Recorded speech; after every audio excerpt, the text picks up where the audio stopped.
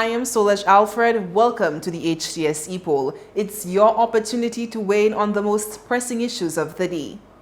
There was surprise and consternation among members of the public with the emergence of video depicting COVID-19 wardens and police officers seeking to enforce the protocols as it relates to the number of people attending a funeral service.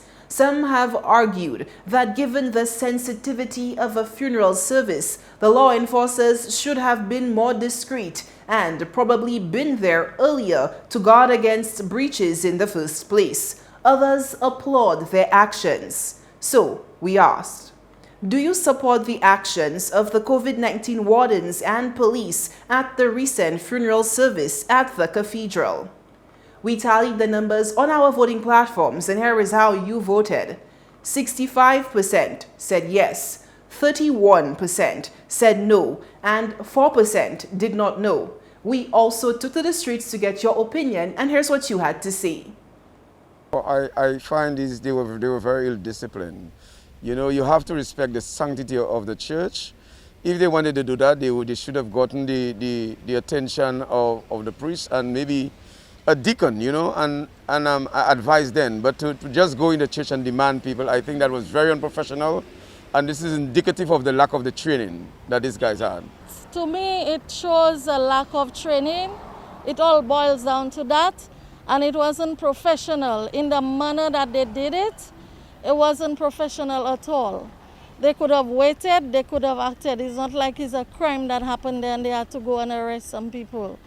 This could have been done more professional. I think the correct thing to do was to at least call one of the deacons of the church, bring it to their attention, ask them to make an announcement that people should put on their mask.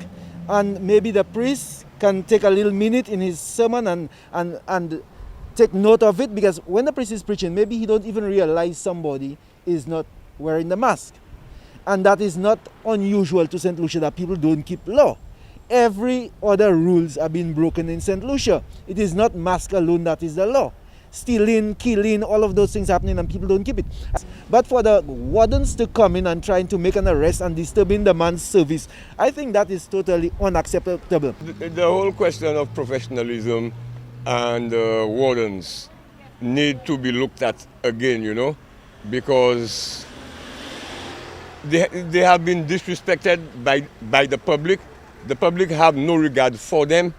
I don't know what amount of powers do they have, but if that was really done concerning the incident in the church, it is still fishy concerning that whole question in the church, but if it was done that the way we have heard it was done, that was really unprofessional. And I do know that they were given some training, but apparently it was a crash course. So they need to be given more adequate and proper training. Yes, they were out of place because they should use their discretion. They're not supposed to do that. They should have waited when after the service. If they had to say something to the people, they were saying it. But I mean to say, if they already have social distances 6 feet apart, so why should they enter the church while the priest was preaching? And for them to do that, that's not good. They have no training. And wait until the funeral service over so they can talk to the priest and said if it happen again, they'll come in. The way they do it, it wasn't good. Non, yo pas right pour yo faire ça. Yo te supposé wait avant l'étément commencer pour yo du bouton la porte là pour yo ça forcer moun a mettre massion fidja yo. But ça yo fait en ton l'église là, yo te wrong. Yo supposé ni plus training passer ça. Moi pas aimer ça yo fait là. Thanks for those responses. Now to our new discussion. St. Lucia's sporting fraternity was shocked and disappointed to learn that the island's national football team will not be participating in the World Cup Qualifiers now underway in the Dominican Republic. The news sparked protests outside the Football Association's headquarters and prompted a statement from the Prime Minister's office. The National Football Association has also sought to clear the air on the matter, providing its explanation for the disappointing turn of events. So, we ask, Should more have been done to have St. Lucia's national football team participate in the World Cup Qualifiers? Voting is easy. Just log on to htsstlucia.org or Facebook at HTS St. Lucia Official and vote. You can also send your response via text or WhatsApp to 584 for HTS. That's 584-4487. For Flow handset owners, here's a reminder of your special voting platform.